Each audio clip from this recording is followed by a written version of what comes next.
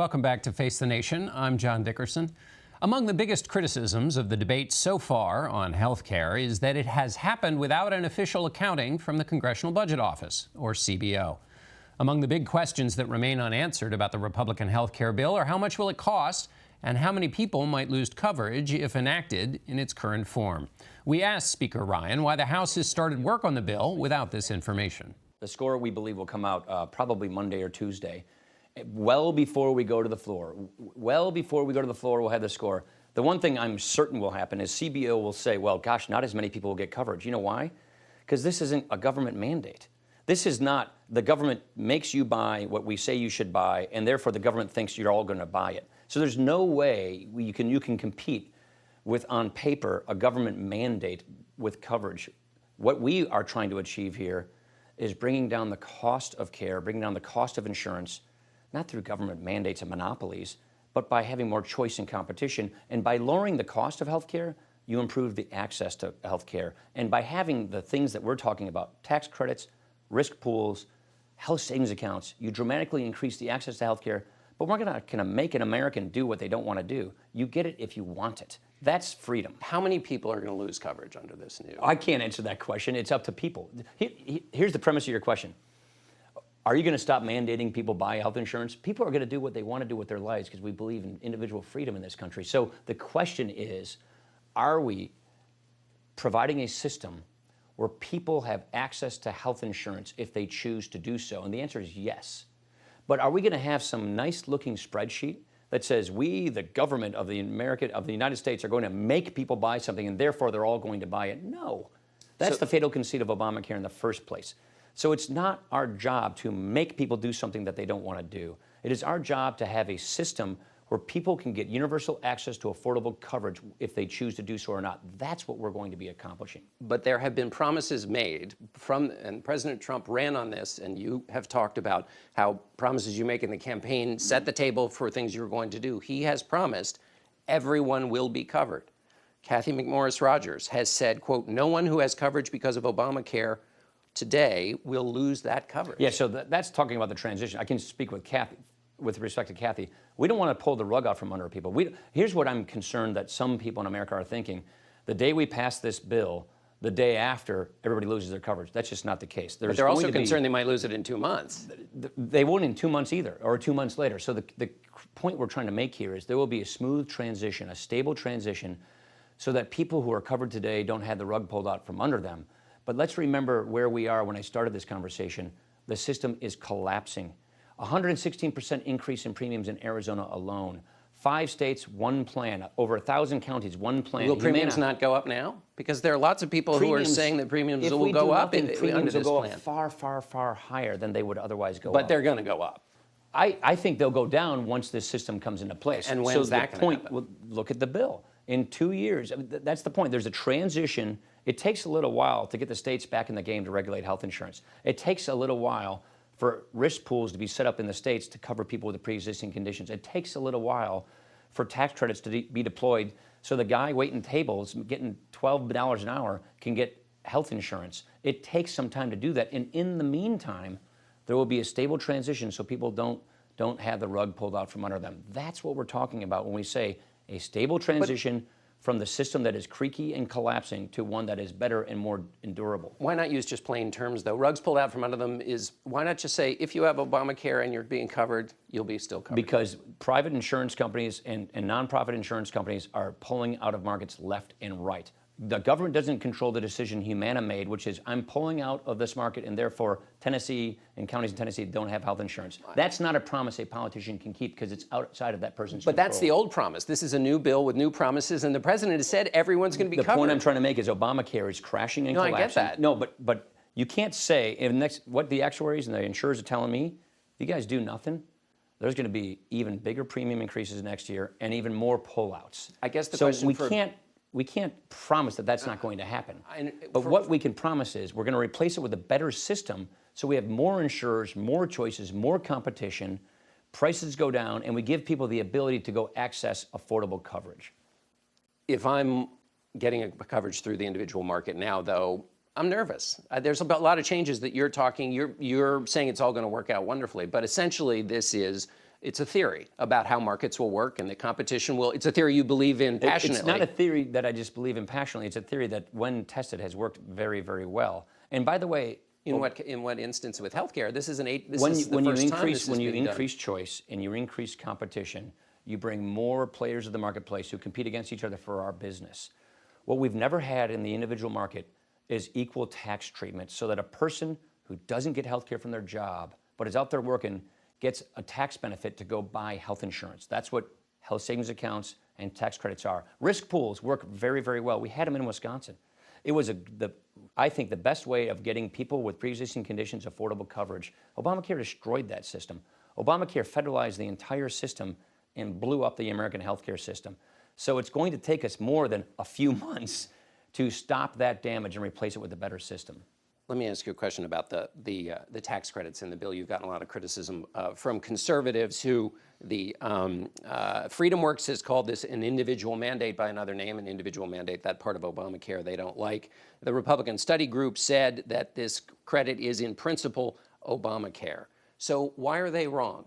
I think they're wrong because this has been long-standing conservative reform for decades. Heritage But the individual Foundation, mandate, the individual no, mandate not the came out of the, nobody. that This came out of doesn't have an Heritage. individual mandate. No, but the individual mandate I came see. out of Heritage. So Yeah, well, to say that it's long-standing principle. Well, but tax credits. So look, here's what we've always said as conservatives, which is we should equalize the tax treatment of health care. Everybody who gets health care from their job has a tax benefit for that health care plan. But if you don't get health care from your job, there's no tax benefit. So the only way to make sure that that working poor person, that working low and middle income person can actually get something off of their taxes is through a tax credit. We think equalizing the tax treatment of health care, giving people more freedom in the individual market is the best way to replace Obamacare with a patient-centered system. And so it's been long-standing conservative reforms that we do this. Is it frustrating that some conservatives are now changing their tune and mischaracterizing these things? Of course it is, but that's how the legislative process works.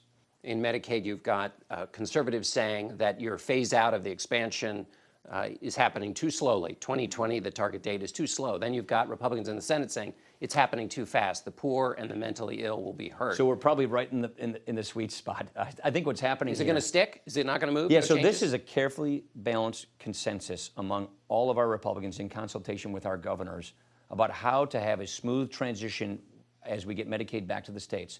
The concern about ending the Medicaid, changing Medicaid too soon, is there will be a gap in coverage before the tax credits kick in. And so that's the concern about doing this too soon. Here's what I would say. This is what I mean when I say people are losing the forest through the trees. We are sending Medicaid through a per capita block grant to the states and capping its growth rate. This is the most historic entitlement reform we have ever had. This is bigger entitlement reform than welfare reform in 1996. So if the transition takes 3 years or 2 years, that's missing the forest through the trees. So that's the point I keep trying to make, which is look at the totality of this, look at the historic achievement this is, and this, I think, at the end of the day, is going to win this argument among people on my side of the aisle. All right, Mr. Speaker, thanks so much for being with us. You bet. Thank you, John. We'll be right back with our political panel. Don't go away.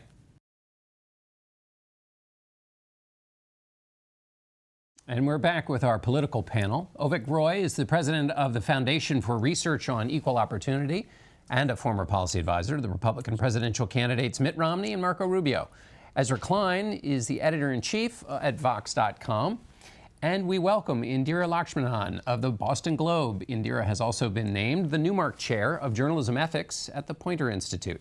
And chief White House correspondent for the New York Times, Peter Baker, is also with us today. Peter Baker, I'm going to start with you. Give me your assessment of where things stand here after the first week of the rollout of the alternative to the Affordable Care Act. Well, you have very aptly demonstrated on your program today, you've got the left and the right with very different critiques of this plan, and you've got a president who isn't quite sure which way forward. He's subcontracted, in effect, the policy to Paul Ryan, who's, as you demonstrated very aptly, a very wonky and very smart subject on this, or master of the subject, but President Trump is not.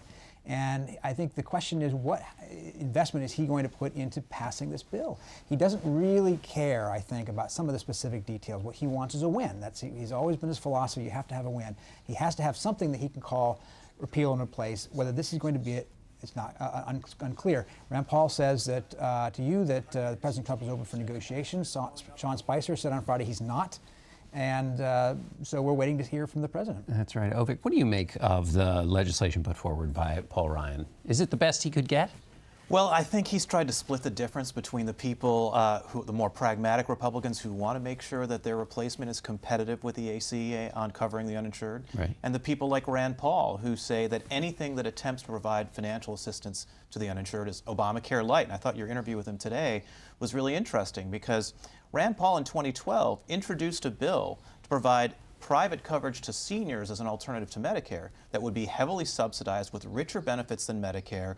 It would protect people against pre-existing conditions, require insurers to charge the same prices to the healthy and the sick, and cap out-of-pocket costs and lifetime limits, all the things that are theoretically unique to Obamacare. So he's for Obamacare light when it comes to seniors, not when it comes to the uninsured. And I think this is operationally the challenge Republicans have, that they say that they're for limited government and against subsidies to provide health insurance, the federal government's involvement. But what they're operationally against is assistance for the uninsured and low-income populations. For Republican voters, the older, the employed, they're totally in favor of and comfortable with subsidizing coverage. Ezra, how do you see the winners and losers of this plan? This is a bad bill. This is a bad bill, and that is why it has received a very bad reception. And I'm sorry I can't be more positive about it than that. You have a $600 billion tax cut. You have a sharp lowering of subsidies for people. And you have the betrayal of promise after promise made by Donald Trump and made by Paul Ryan and Mitch McConnell. Donald Trump promised during the campaign no cuts to Medicaid. This is a sharp, sharp cut over time to Medicaid. Mitch McConnell, I was sitting here on this program when he said the problem with Obamacare is the deductibles are too high. The copays are too high. People are buying insurance and they can't afford to use it. The way this bill works is you push people into insurance when they could afford it that had higher deductibles, that had higher copays. They seem to have defined the problem extremely narrowly. How do we pass something, anything, that we can call repeal and replace of Obamacare? But when they actually tried to put this into law, which they have brought out a bill, it's shoddy in its construction, they're not waiting long enough to even figure out how to amend it.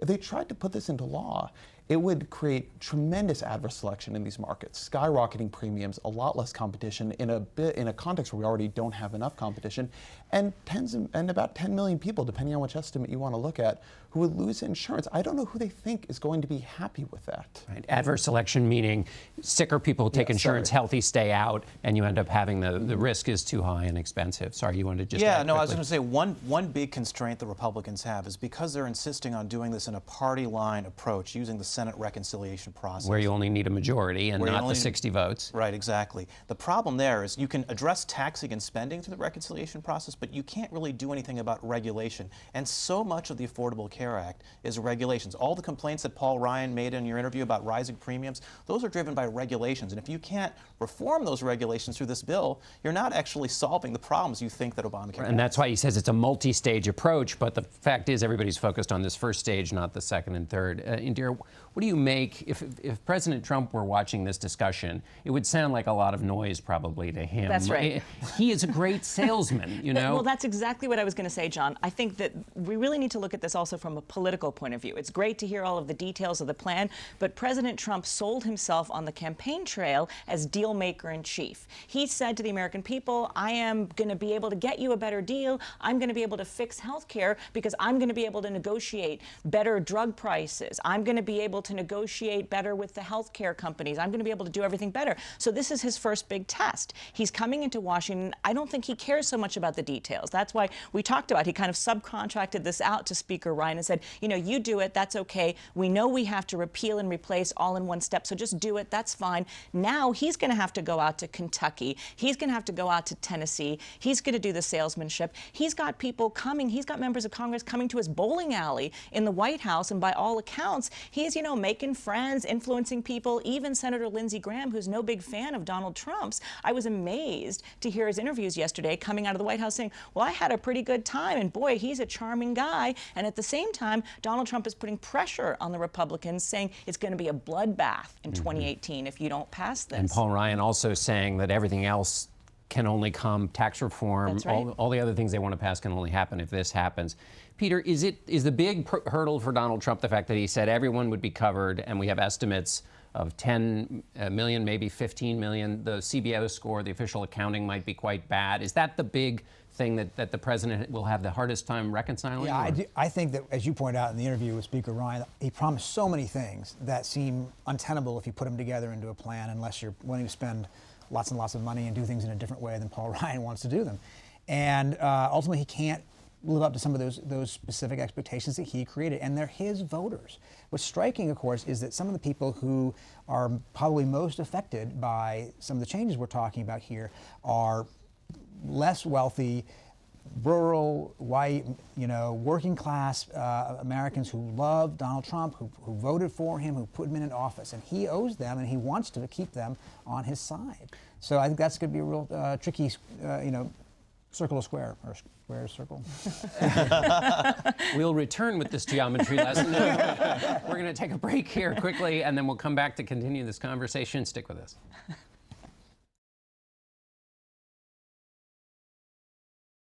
And we're back with more of our panel. Avik, I want to ask you a question about something Bernie Sanders said about the tax cuts that are, or the windfall he says is going to the top 1%.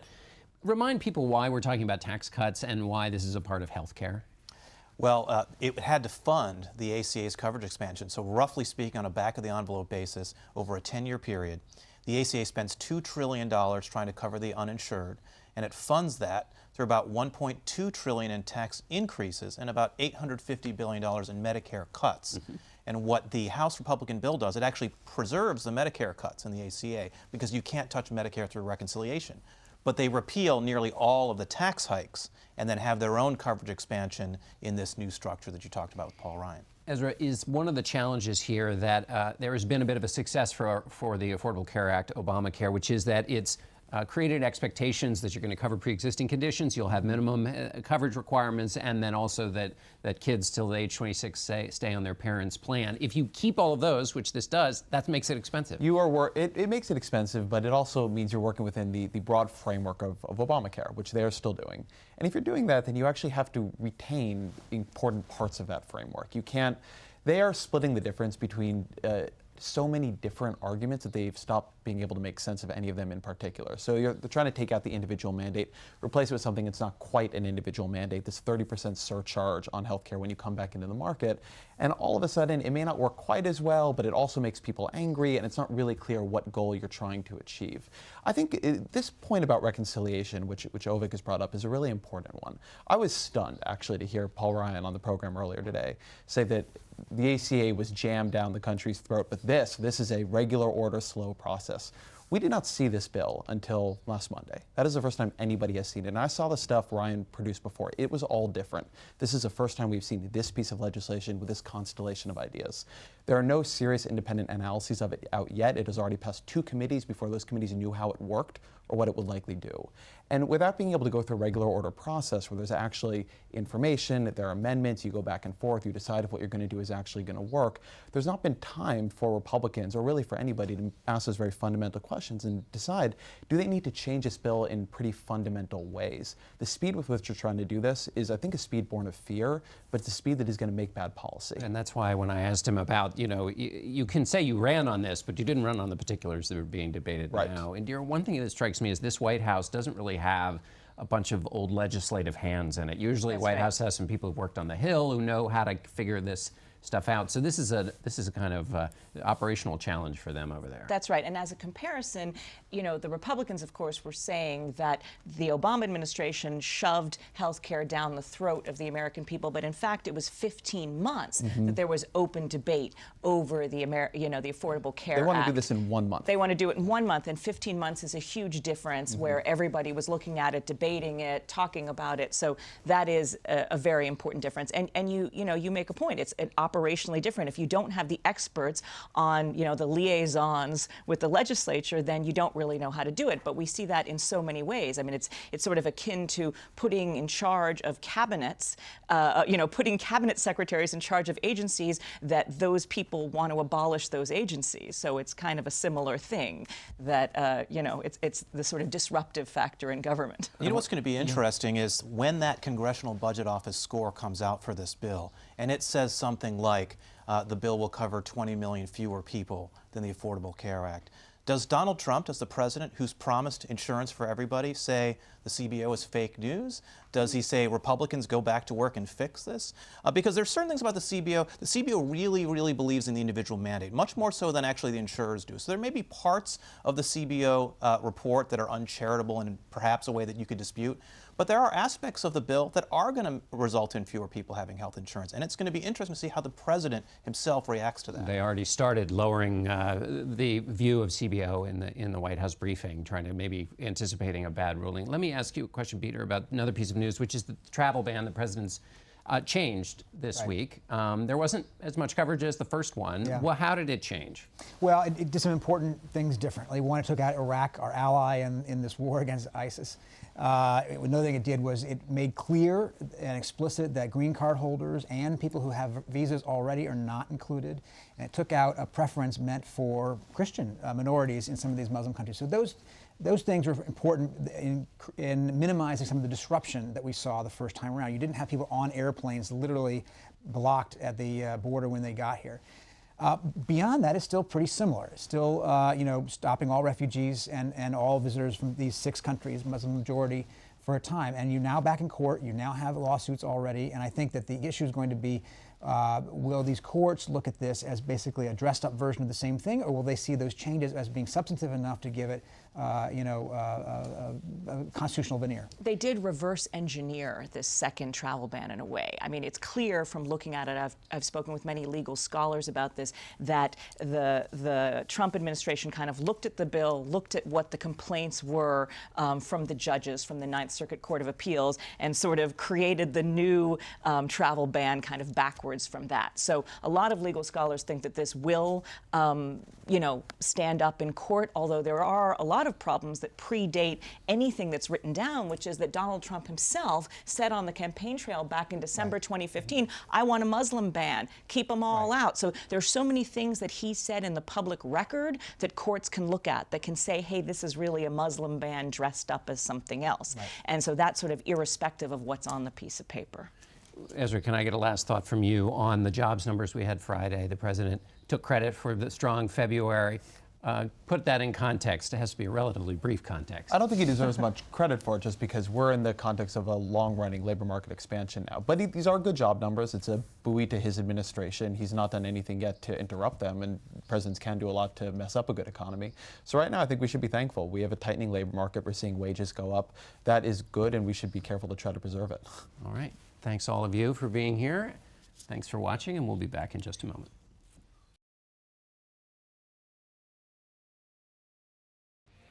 That's it for us today. I'll see you tomorrow when we welcome back our friend and colleague Charlie Rose on CBS This Morning. Until next week, for Face the Nation, I'm John Dickerson.